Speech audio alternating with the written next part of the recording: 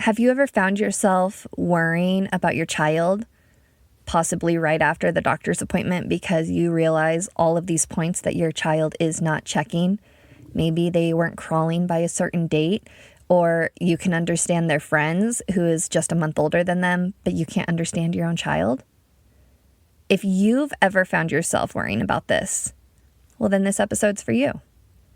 Today, we're going to be talking about how these child development milestones, when they're treated like a checklist or a race, actually creates more stress for the parents and caregivers and the children. We're going to be really naming this pressure that comes from the system, this pressure that fuels this anxiety and stress. We're going to be offering some real validation for all of this weight that you're carrying, and we're going to flip the script. We're going to shift the focus to what truly supports healthy child development, all without that burnout. This episode is an exhale for overwhelmed parents who want their kids to thrive and succeed and want their family life to feel calmer and more connected. Have you ever felt like you're doing everything right? You're reading all of the books, you're following all of the advice, yet something still feels off in your parenting. You wonder why parenting is feeling so heavy when it's supposed to feel natural, right? Do you feel the pressure to do more when what you really need is permission to do less? If that sounds familiar, you're not failing, and nothing is wrong with you. Welcome to Nature to Nurture, the podcast where we talk about raising healthy families by returning to what has always supported children best: connection, community, and nature. I'm Tiffany, a mother of twins, an early childhood advocate, and a family and early childhood educator. This is a space where we focus on small, meaningful shifts, on connection over control, on rhythm over rigidity, and on presence over performance, so that families can feel more supported, grounded, and confident in the way that they're raising their children. As you listen today, I invite you to take this episode with you, step outside, go for a walk, breathe in some fresh air, and let this conversation meet you exactly where you are. Let's dive in. Real quick, before we begin, if these words are landing for you, go ahead and hit that follow button. It's the easiest way to make sure that you don't miss the small but powerful insights that support your children, yourself, and the way that you want to show up. I can remember sitting in a pediatrician's office, flipping through that little brochure that they give you while my kids played on the floor nearby. The paper was cute. It listed out the milestones by age, words they should be saying, skills they should have mastered, and I looked at my kids, happily absorbed in their own little world, and I felt, again, that tightening in my chest. Nothing was technically wrong, but suddenly, I was scanning each of them for problems that hadn't actually existed 5 minutes earlier. That moment stuck with me, not because of what the paper said, but because of how quickly my own nervous system shifted from calm and connected to my kids to on high alert and self-doubting myself. I know that so many parents are living in that space every day. I actually can reflect on many parents showing me this heightened, alerted, self-doubting nervous system when they used to come and pick up their kids and ask me how their kids were at the end of their preschool day. Oftentimes, when we're first introduced to child development milestones, they're often shown as these benchmarks instead of a range. At your child's first doctor appointment, they even gave you this checklist for you to take home and to focus on and to worry about. And at every continuous checklist, I guarantee they gave you that checklist again, or better yet, they actually gave you a questionnaire to go through and check off prior to actually talking about your doctor, so that you're already thinking about all of these things that your child is or is not doing before the doctor even entered the room. And it doesn't just stop at the doctor's office. It happens in preschool when you go in to have your child's first parent-teacher conference, and it'll happen continuously throughout their life, especially in school, as you're continuously getting these grade reports saying they are meeting expectations, above expectations, or below expectations. Or even when you get that lovely state test that tells you how they're performing compared to the rest of the United States. Whew. Now, I don't want to go off and say that it's all bad, that we should not have any standards. But the way that they are delivered to us, now that is bad. You see, many of the systems that shape how we parent, our healthcare, our education, and even our social media, they're built to manage a large group of children at once. To do that, they heavily rely on timelines, averages, checklists, norms. And those tools can be helpful, but they were never designed to capture the full picture of a real child in a real family and the real development that takes place. Instead of asking, is this child safe and connected and supported? These systems come in and they say, are they doing what most of the kids this age should be doing right now? And when that question becomes the loudest voice, parents, especially moms, start carrying the pressure of monitoring what their kids are doing, comparing them to their peers and to their family, and correcting them constantly because they want them to perform well. There are so many different opinions and choices out there, and I really do believe that each family needs to do what fits within their family and their values correctly. I'm not trying to say that helping your child and guiding them is incorrect, but I do want you to flip the reason on why you're doing it. An easy way that you can start is by reminding yourself that milestones are information, not judgment, not something that it's do or die. When you notice a milestone is starting to cause a little bit of anxiety in you, or rather than a milestone, you might notice that something your child is doing worries you. I want you to ask yourself, is this concern coming from my child?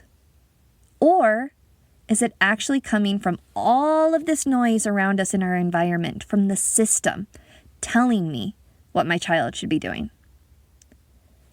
This pressure doesn't mean that you are doing something wrong. When you start feeling that, it means you're parenting inside of a system that was never designed to support individuals, to support that nervous system health. And when you feel overwhelmed, it's not because you're failing or a bad parent. It's because you're being asked to do something that's impossible. You're being asked to raise a regulated human inside a culture that values speed, productivity, and comparison. So when you're feeling that frustration, don't get upset with yourself. It's because you love your kid. You want to do the best. And we just need to shift that mindset to remember, is it about the child, or is it actually about the environment, the system? Let's go a little bit deeper and talk about what happens when you start worrying about your child's development. Again, if you're worrying about your child's development, it's not because you're behind. It's because you care deeply and you're paying attention. But when parents are constantly scanning for what might be missing, their nervous system stays in this low level of alert, alert, alert, something's not right. And over time, that vigilance makes it harder to feel confident as a parent, to actually be present as a parent, and to be connected. And your kids, They're picking up on that tension that you're giving them, even when you are not saying anything out loud. Or in other words, this pressure to watch their development, to support their development, can actually pull you out of that relationship that supports development the most. I want you to shift from constantly evaluating your child. Are they doing well enough? Are they doing what they should be doing? How can I push them further? And simply just observe. Don't say anything. Don't put a meaning to it. Just watch what your child is doing. Oftentimes in early childhood, we have time for observation, and it is not looking to meet any milestones specifically. All you do as a teacher, you sit down 5 to 10 minutes and you take notes, literally documenting a video like you're doing a script. What is the child doing? What is the child saying? Without your judgment, without your bias. So you're not saying why they're doing it. You're saying they're doing it. So you could say, my son took the toy from his sister. Not, my son took the toy from his sister because he's upset and he doesn't know how to ask, please. Right? Again, you are only specifically stating or observing what is happening without putting that meaning. Without immediately translating those moments of play, of connection, of movement into progress or delay. Rather than checking in on your child regarding their development, I want you to check in with your child regarding your connection. Ask yourself just one question. Did we have a moment of ease or connection today? It could be a shared laugh, some eye contact during a meal, a walk outside, sitting together, holding hands while you're walking into the store. That moment right there, those little things, that little connection, remember? That matters more for healthy development than whether your child has done all of their academics for the day. You are not missing some secret tool. You are not doing something wrong. You may just be doing more than what your nervous system was actually meant to carry. So, what does balance actually look like?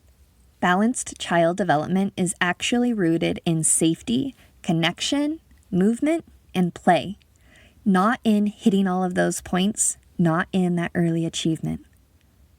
You see, children develop skills best when their nervous system feels regulated and supported. We know that activities like nature play, unstructured time, responsive caregiving, all of these do more for development than any of those checklists ever could. Pushing outcomes too early actually creates more stress for children and parents without supporting long-term growth. There are studies after studies after studies that will explain more to you if you want to learn more about the negative consequences of academic instruction, specifically before the age of 7. You won't find those here in the United States. You do have to go and look in other countries in the world. But take a look at it. It is astonishing. Children were not meant to meet these checkpoints. Again, they were meant to have unstructured time, to have responsive caregivers, and to play. So how are you going to do this? How do you shift your mind from checking all of the boxes to actually being present? What I want you to do is to focus on rhythms instead of the results. At the start or at the end of the day, ask yourself simply, is my child sleeping well? Are they eating well? Are they moving their body? Are they connecting with caregivers regularly? Are they connecting with me? Those simple foundations matter far more than all of those milestones and expectations. Balance isn't about doing more. It's about creating the right conditions and letting the development unfold. When you have a child that is regulated, that is secure, that is connected, their learning will explode because they're not worrying about survival. They're ready for their brains to grow. So create that safe space for them in all manners. Again, I said this earlier and I want you to really listen. Is your child resting well? Are they getting enough rest? Do they look tired? If so, maybe something's up with their rest. Are they eating well? Do they feel hungry? Again, I would look at that energy. Look at their face. Look at their skin.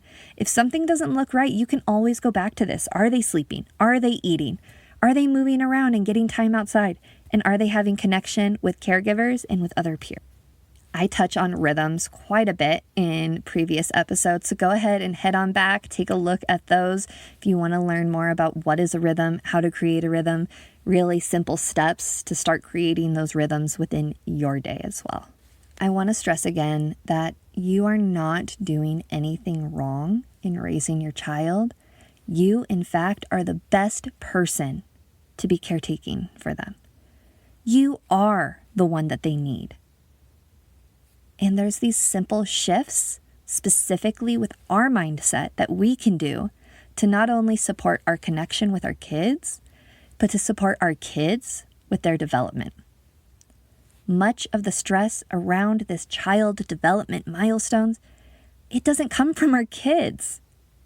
It doesn't come from their actual performance. It comes from systems that rely on averages, timelines, comparison, large group herd mentality.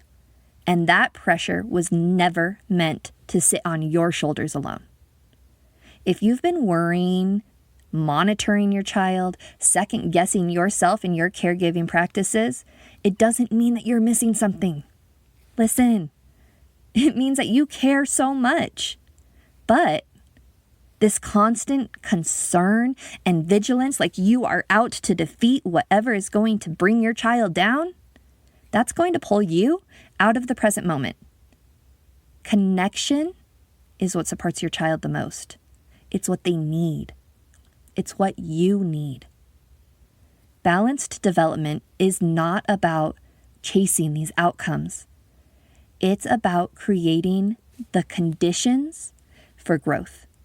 It's about creating safety, movement, play, rest, relationships. When those are all present, the development unfolds in its own perfect timing. If you take nothing else from today, I want it to be this. You and your child are not behind. You are living inside of a culture that asks for more measuring than meaning. But what your child really needs is your presence, your attunement, and your willingness to slow down and to be there for them, to see them, no matter what the grades or the guidelines, the milestones are telling you. Because that right there, that matters far more than any checklist. That's what will stick in their heart, and that's what will stick in your heart. You don't need to do more. One small shift today towards connection, towards trust, towards ease and simplicity, that's enough. You are enough. Thank you so much for joining me today on Nature to Nurture. I really do hope that each of these conversations help you feel more supported and understood on your parenting or caregiving journey. And if you found value in today's episodes, please don't forget to follow the podcast and hop on over into our free community on Facebook, where we continue to share mini moments, wise words, and genuine support. As we wrap up, I'll leave you with this. Just remember, even on the hardest days, that a small moment of connection can make all of the difference for your child and for you. Until next time, take care, and I'm here with you every step of the way.